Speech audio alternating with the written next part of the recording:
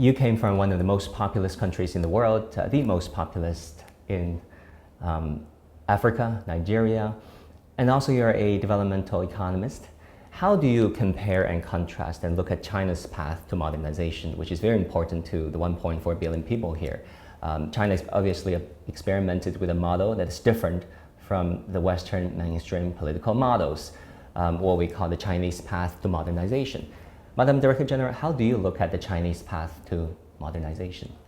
Well, one very important thing in the Chinese path is the openness to the world. And President Xi and Premier Li keep emphasizing that China will continue to open up and to open to the world. So this is the critical thing. So I think that openness, the liberalization of many sectors in China has contributed to the phenomenal growth that we have seen in China. Of course, China has to continue to be more open, to be more transparent, because that builds trust with the rest of the world. As you know, there's often a complaint that there's some lack of transparency in the method that China has used to develop. For us in the trade world, we're often struggling with this. Other countries or members that complain that there are hidden subsidies, industrial subsidies.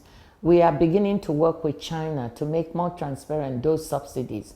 And I was delighted during my meeting with Premier Li when he said that China's notifications to us at the WTO, which are supposed to come before the end of June, will contain an unprecedented number of notifications from China, both from the local government as well as the central government, that will show us what the Chinese government is doing with respect to these subsidies and other information.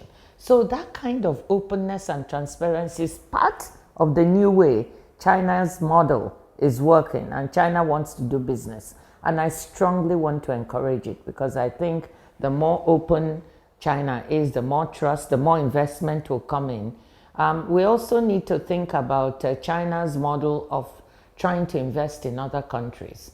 And I would strongly encourage, I remember what China was trying to do in Ethiopia before the conflict, trying to encourage the development of certain industries in leather, in textiles in Ethiopia, and Chinese outward direct investment in African countries that creates jobs. That's also welcome.